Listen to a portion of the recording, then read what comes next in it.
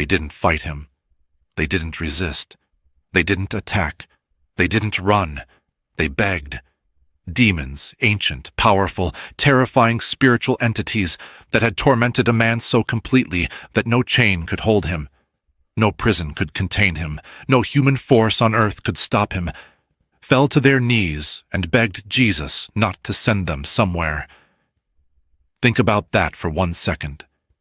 These are beings that had driven a man out of his mind, beings that had given him supernatural strength, beings that made him cut himself with stones in the middle of the night, howling among the tombs like something that had stopped being human a long time ago.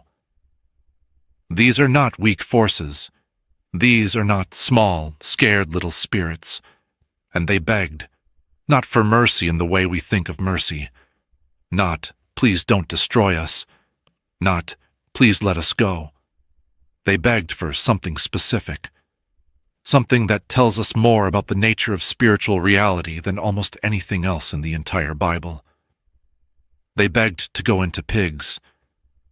Now, if you've heard this story before, you might have filed it away as one of those strange biblical moments. Weird. Interesting. Moving on. But I want to stop you right there, because if you move on, you miss everything. Because the real question, the question that should keep you up at night, is not why they went into the pigs. It's what they were so desperately trying to avoid. What place, what destination, what fate was so terrifying to beings that had terrorized an entire region, that they chose pigs over it? That's what this video is about. And I promise you, by the end, this story won't just be a strange Bible account. It's going to say something directly to your life. Something about fear. Something about control. Something about what we hold on to even when it's destroying us. Let's go. To understand what happened that day, you need to feel it, not just know it. Feel it. Picture the Sea of Galilee at dawn. The water is still. The boat carrying Jesus and his disciples has just crossed through a storm, a violent, terrifying storm that Jesus silenced with 3 words. The disciples are already shaken, already questioning who this man actually is. What kind of person commands weather and it obeys? They don't have time to process it, because the moment the boat scrapes against the shore on the other side, the eastern shore, the region of the Gerasenes, something comes at them out of the darkness. Mark's gospel describes it with the kind of detail that feels like an eyewitness account.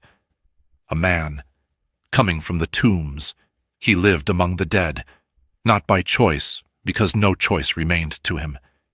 He had been driven there, chained there, in the attempts of people to contain him, and the chains didn't hold.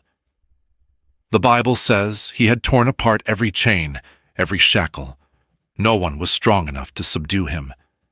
Night and day, among the tombs and in the hills, he cried out. He cut himself with stones. This is not poetic language. This is a portrait of complete destruction. A human being so completely overtaken by something outside himself that everything recognizable about him was gone. His name, his home, his family, his mind, all of it, consumed. And this is the thing that comes running at Jesus the moment he steps off the boat. Now, what would you do? What would any sane person do? Run. Get back in the boat. Sail away. Leave immediately. Any rational response involves not being there anymore. But Jesus doesn't move. He stands on that shore, and he watches this man, this vessel of darkness, running toward him at full speed. And then something happens that should stop you completely. The man, or whatever was speaking through him, falls to his knees in front of Jesus. He bows, not in worship, in terror, in the recognition of something so overwhelming, so completely superior, that the only possible response is to fall down. And then the voice comes. What do you want with me, Jesus? Son of the Most High God, swear to God that you won't torture me. Swear to God. A demon. Invoking God, asking Jesus to make a divine oath, not to destroy them, not to cast them out, but not to torture them. There's something almost unbearable about this moment, because in that single sentence, we learn something extraordinary. Demons know exactly who Jesus is. No confusion, no uncertainty. While the Pharisees are debating whether Jesus is from God or from the devil, the demons are falling at his feet and calling him the Son of the Most High God. They know, and they are terrified. But why? What specifically are they afraid of? Jesus asks a question, a simple question, 3 words. What is your name? And the answer that comes back should make the hair on your arms stand up. My name is Legion, for we are many. Legion. In the Roman world, a legion was a military unit of approximately 6,000 soldiers. 6,000. And that word, that specific word, is what these beings chose to describe themselves. Not we are many, not there are a lot of us. Legion, an army, a force, an occupying power within one human body. Think about what that means for that man. 6,000 presences, 6,000 voices, 6,000 wills driving him into the darkness, into the tombs, away from every human connection, away from everything that made life livable. And now, they're all on their knees, all of them, thousands of them, falling before one man standing on a shoreline in the early morning. But here's the thing that most people miss. Here's the moment where the real story begins. The demons don't just beg Jesus not to destroy them. They beg him not to send them somewhere specific. Luke's gospel makes it crystal clear. They begged Jesus repeatedly. The original Greek implies urgency, persistence, desperation, not to order them to go into the abyss. The abyss, that word, that single word, that's the key to everything. Because whatever the abyss is, it's something that an army of 6,000 demons considers worse than any other option available to them. Worse than being destroyed. Worse than being cast out. Worse than anything Jesus might do to them on that shoreline. The abyss terrifies them more. So what is it? The word in the Greek is abyssus, the bottomless place, the deep. In the theology of the ancient world, both Jewish and early Christian, the abyss is not just a poetic image. It's a specific place, a prison, a place of confinement and torment reserved for spiritual beings who have gone beyond a certain boundary. The book of Revelation references it, a place so deep, so sealed, that it takes an angel with a special key to open it. Jude references it. Angels who abandoned their proper domain, kept in darkness, bound with everlasting chains for judgment. Peter references it. Spiritual beings cast into Tartarus, held there, waiting. This is a real destination in the biblical cosmology of the spirit world, and it is specifically a place of confinement, of being locked away, of no longer being able to act, to influence, to roam, to torment, for beings whose entire existence is about inhabiting, controlling, destroying. The abyss is the worst possible fate. Not because it's painful in the way we think of pain, but because it's the end of everything they do, the end of their power, the end of their presence in this world. They weren't afraid of pigs. They were afraid of being removed from the game entirely. And that tells us something massive about what they actually are and what they actually want. They want to be here, in this world, among people. They want access. They want influence. They need somewhere to go, something to inhabit, something to drive toward destruction. The realm of the spirit, without embodiment, without a host, without a place in the physical world. For them, it's intolerable. So when Jesus showed up with the full authority to send them to the one place they could never escape from, never manipulate their way out of, they panicked, and they started negotiating. Send us into the pigs. There was a large herd of pigs feeding on the nearby hillside. 2,000 pigs, Mark tells us. 2,000, and the demons asked to go there. Now, here's where this story gets even more layered. Because in Jewish culture, in the world Jesus was walking in, pigs were not just animals. They were the symbol of everything unclean, everything that a faithful Jewish person would not touch, would not eat, would not go near. Pigs were associated with Roman occupation, with Gentile culture, with impurity. And here is this herd of 2,000 pigs on Jewish-adjacent land near a Jewish community. Some scholars read this moment as profoundly symbolic. The unclean spirits going into the unclean animals, the impurity finding its natural home. But there's something darker here too. Because the demons went into the pigs, and immediately the entire herd rushed down the steep bank into the lake and drowned. 2,000 pigs, all of them, gone. And here's a question that doesn't get asked enough. Why did that happen? The demons asked to go into the pigs. Jesus permitted it. So why did they immediately destroy their new host? Was it an accident? Was it beyond their control? Or was it something more revealing than that? I think it shows us exactly what these forces do everywhere they go. Every single time, without exception, they destroy. It's not a strategy. It's not a choice.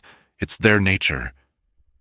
The moment they had a host, any host, the outcome was destruction.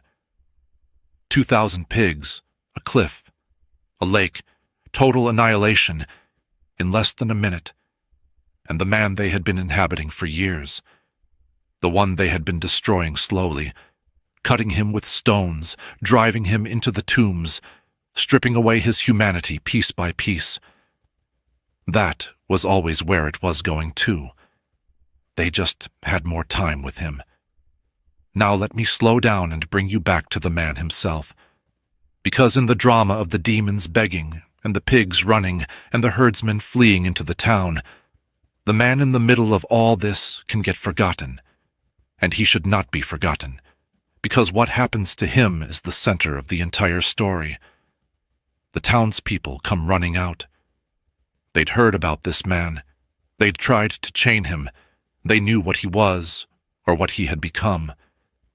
They come out expecting to find chaos, and they find him, sitting, dressed, in his right mind, sitting, dressed, in his right mind. 3 details, 3 small details that carry an entire world inside them. Sitting, because he no longer needed to run. The compulsion, the restlessness, the driving force that had made stillness impossible, gone. Dressed, because dignity had been returned to him. Whoever he was before the tombs, before the chains, before the howling in the night, that person was coming back, in his right mind, because his mind was his again. The thousands of voices, the alien wills driving him toward destruction, the noise, all of it, gone.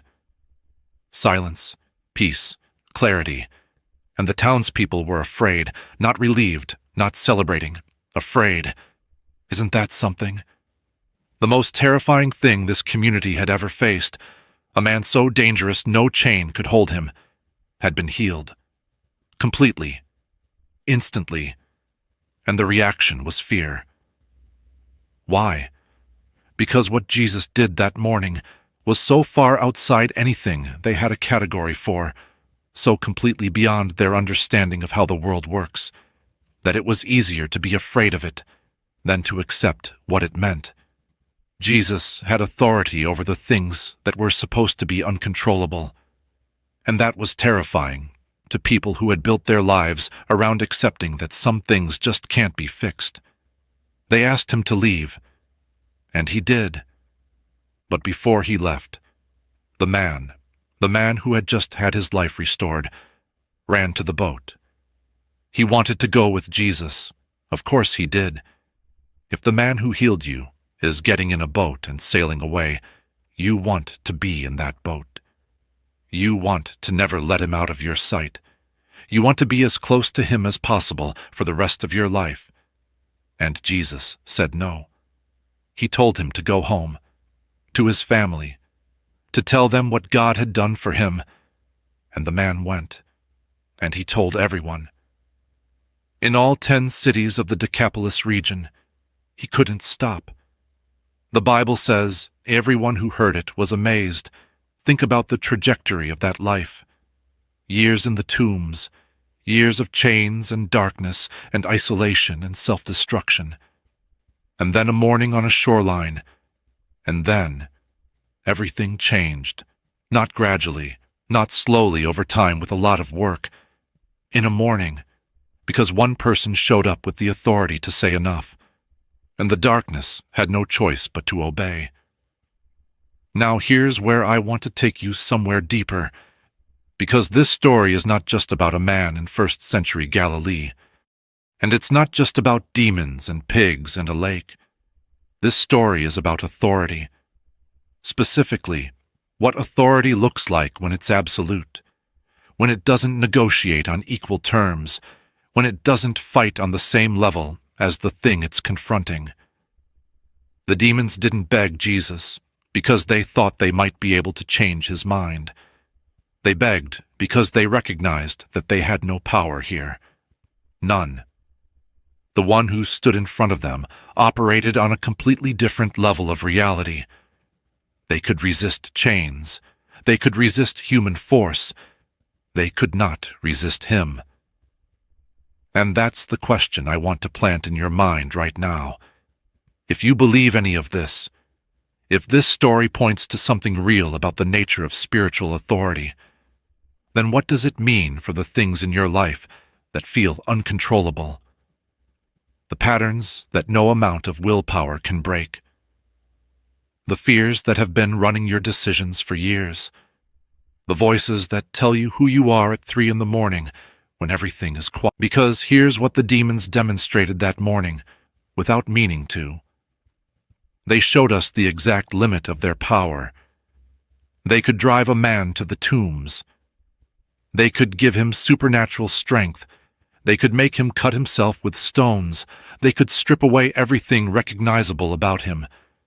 But when Jesus showed up, they fell to their knees and started negotiating. That's not power. That's performance. It's terrifying performance, but it has a ceiling.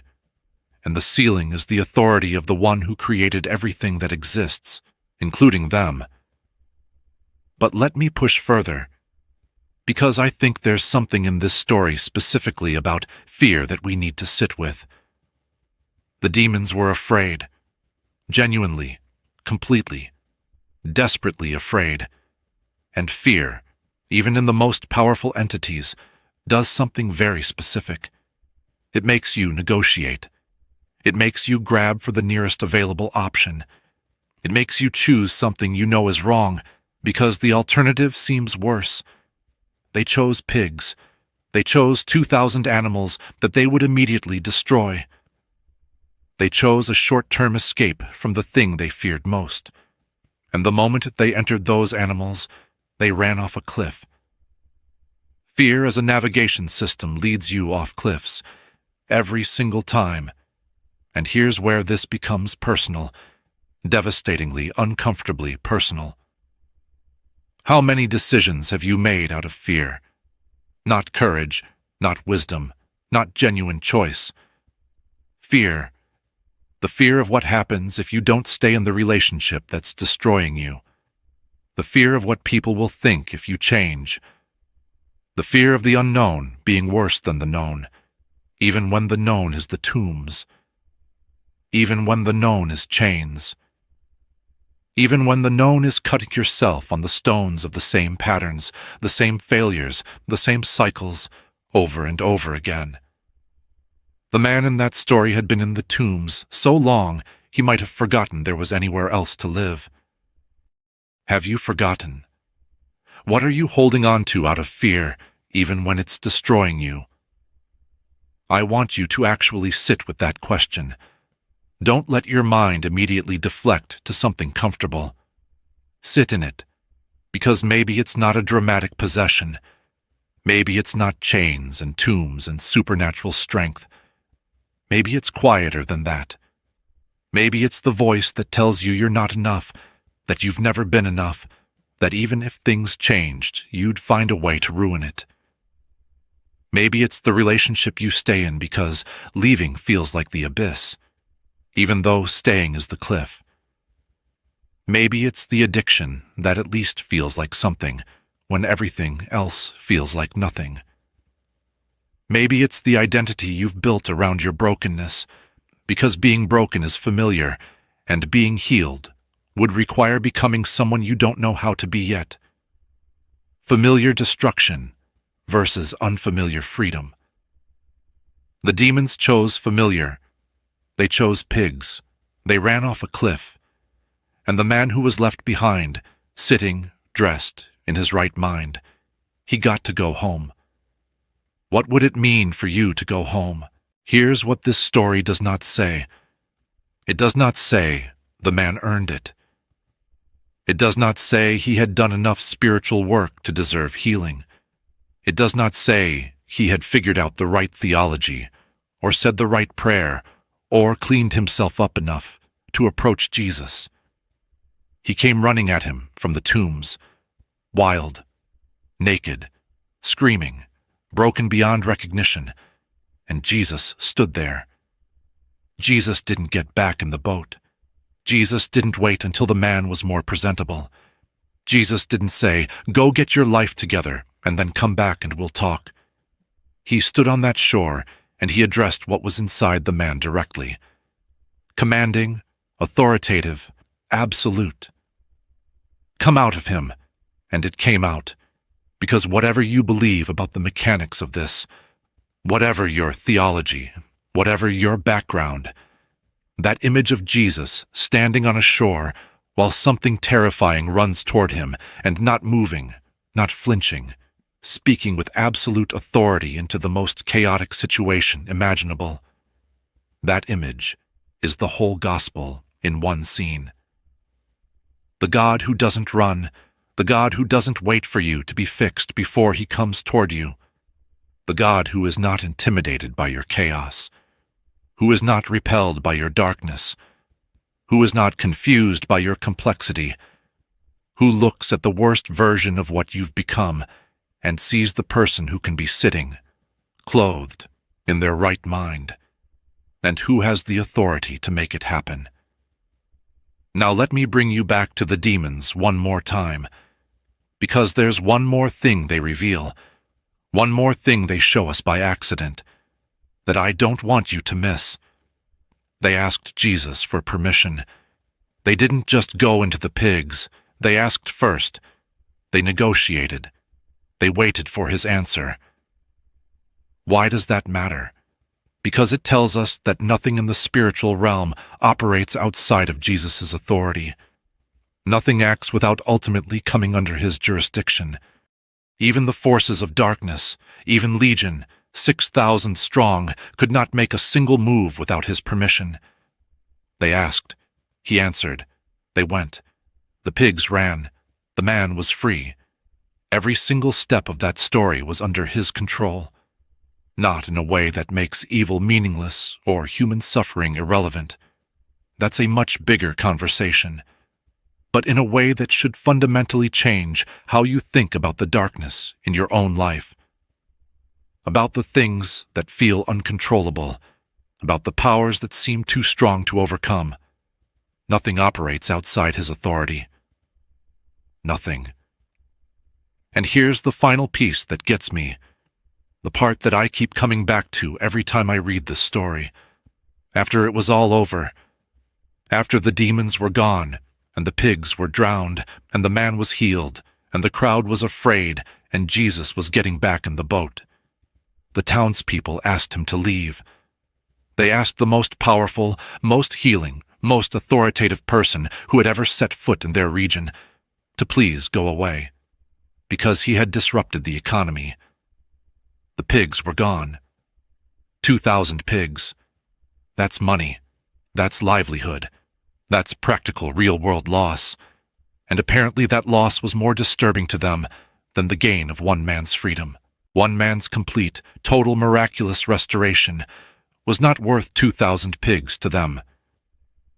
I don't say this to condemn them. I say this because I recognize it. I recognize the impulse to weigh the cost of transformation against the comfort of how things are. To decide that the disruption required for something new isn't worth what it would cost in familiar structures, familiar arrangements, familiar ways of managing the world. How often do we ask Jesus to leave? Not in those words, but in the way we close the door on the parts of our lives that would have to change, in the way we prefer the manageable darkness to the disruptive light, in the way we choose the known chains over the unknown freedom. The townspeople went back to their town. The man went into his, healed, restored, full of a story that nobody could dismiss because they all knew who he had been. And Jesus sailed away. He doesn't force himself in, he never does, but he also never stops showing up on shorelines. So here's where I leave you. 2,000 years ago, on the eastern shore of the Sea of Galilee, a man who had been living in tombs was set free in the time it takes to say 3 words. An army of darkness fell on its knees and begged. And what they were begging not to face, the abyss, the place of no return, the end of their access to this world, tells us everything we need to know about what they actually are. They are not invincible. They are not permanent. They have a ceiling. They have limits. They have things they are terrified of. And the one who sets those limits was standing on a beach, completely unbothered, waiting for a broken man to reach him. That same authority hasn't changed. That same God hasn't moved. That same shoreline, the place where you stop running and fall down in front of something bigger than everything that's been driving you, is still available. You don't have to have it together. You don't have to be clean. You don't have to approach quietly and politely. You can come from the tombs. You can come screaming.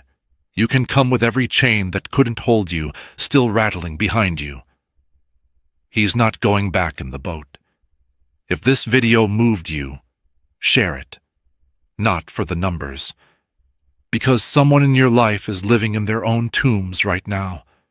Someone who has been in the darkness so long they can't remember what light felt like. Someone who needs to know that the authority that silenced a Roman legion of demons is the same authority available to them, right now, in whatever they're facing. And in the comments, tell me, what is your abyss? What is the thing you're so afraid of that you'd negotiate for pigs instead? Because maybe naming it is the first step to the shore. You don't have to stay in the tombs.